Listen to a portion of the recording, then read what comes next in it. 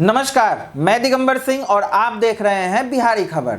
थल सेना प्रमुख जनरल एम नरवणे ने सेना दिवस पर कहा कि हमारे सैनिक हमारी ताकत है। बीता साल भारतीय सेना के लिए चुनौतियों से भरा रहा।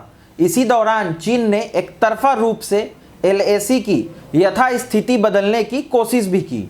उन्होंने कहा कि मैं आप सभी को विश्वास दिलाता हूं कि गलवान घाटी के बहादुरों का बलिदान बेकार नहीं जाएगा। कोई भी हमारे धैर्य की परीक्षा नहीं ले सकता।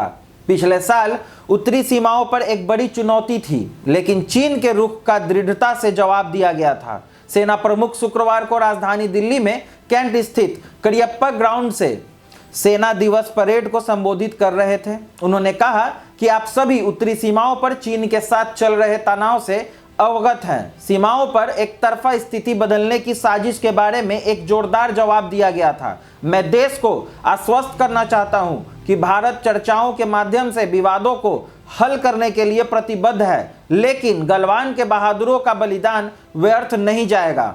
उन्होंने कहा कि लगभग 300 से 400 आतंकवादी भारतीय सीमा में घुसपैठ करने के लिए सीमा के पास प्रशिक्षण शिविरों में बैठे हैं। पिछले वर्ष संघर्ष विराम उल्लंघन की संख्या में 44% की वृद्धि हुई, जो पाकिस्तान के नापाक इरादों को दर्शाता है। इससे पहले सैन्य बलों के प्रमुख CDS जनरल बिपिन रावत, थल सेना प्रमुख जनरल एम नरवणे, नौसेना प्रमुख एडमिरल करमबीर सिंह एवं वायुसेना प्रमुख air chief marshal RKS Bhadauria और तमाम वरिष्ठ सैन्य अधिकारियों ने इंडिया गेट पर अमर जवान ज्योति पर जवानों को श्रद्धांजलि दी।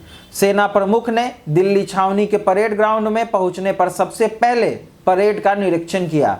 सैनिक दस्तों का निरीक्षण करते हुए अश्वदल के घोड़ों ने सर हिलाकर सेना प्रमुख का स्वागत किया। इसके बाद देश की रक्षा करते शहीद हुए जवानों को मरणोपरांत सेना मेडल से सम्मानित किया गया। यह सम्मान शहीदों की वीर नारियों के प्राप्त हुए। सेना दिवस पर नगा रेजिमेंट की 3री बटालियन को उनके उत्कृष्ट और मेधावी योगदान की मान्यता से सेनाध्यक्ष यूनिट प्रशस्ति पत्र से सम्मानित किया गया। यह पुरस्कार थल सेनाध्यक्ष जनरल मनोज मुकुंद नरवणे से नगा रेजिमेंट की 3री बटालियन के कमांडिंग ऑफिसर कर्नल बिमलेश ने प्राप्त किए।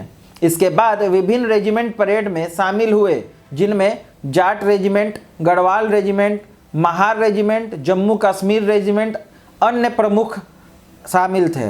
परेड की सलामी सेना प्रमुख ने ली। इसके बाद विभिन्न रक्षा उपकरणों का भी प्रदर्शन किया गया। डेयर डेविल्स की टीम ने मोटरसाइकिल पर पिरामिड जैसी विभिन्न कलाबाजी का भी हैरत अंग्रेज प्रदर्शन किए। सेना दिवस की परेड में पहली बार विभिन्न तरीके के मानव रहित विदेशी एवं स्वदेशी ड्रोन से लक्ष्यों पर हमले का प्रदर्शन किया गया। इस अवसर पर भारतीय सेना में ड्रोन की नई यूनिट 75 के प्रारंभिक परिचालन की घोषणा की गई। करियप्पा परेड मैदान में स्वदेशी ड्रोन के आक्रामक और नजदीकी प्रदर्शन के साथ भारतीय सेना ने आज खुद को युद्ध के क्षेत्र में मील का पत्थर साबित किया है। भारतीय सेना के ड्रोन के झुंड ने स्वदेशी षष्ठकोणीय एवं चतुष्टकोणीय मुकाबला दिखाया। यह ड्रोन दुश्मन के इलाके में 50 किलोमीटर अंदर घुस सकते हैं और स्वतंत्र सैन्य कार्यों को अंजाम देकर लक्ष्यों को नष्ट कर सकते हैं। प्रत्येक ड्रोन भारतीय सेना को अपनी ताकत से मिशनों को अंजाम देने के लिए स्वायत्त एवं स्वतंत्र है।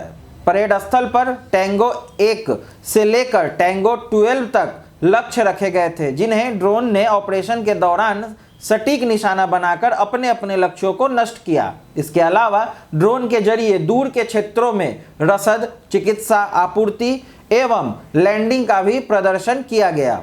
इन ड्रोन के जरिए सेना ने अपनी बढ़ती लड़ाकू तकनीकी क्षमता को दिखाया। आगे की और खबरों के लिए हमसे जुड़े रहें। बिहारी खबर का फेसबुक पेज और यूट्यूब चैनल को लाइक, शेयर, सब्सक्राइब करना ना भूलें। धन्यवाद।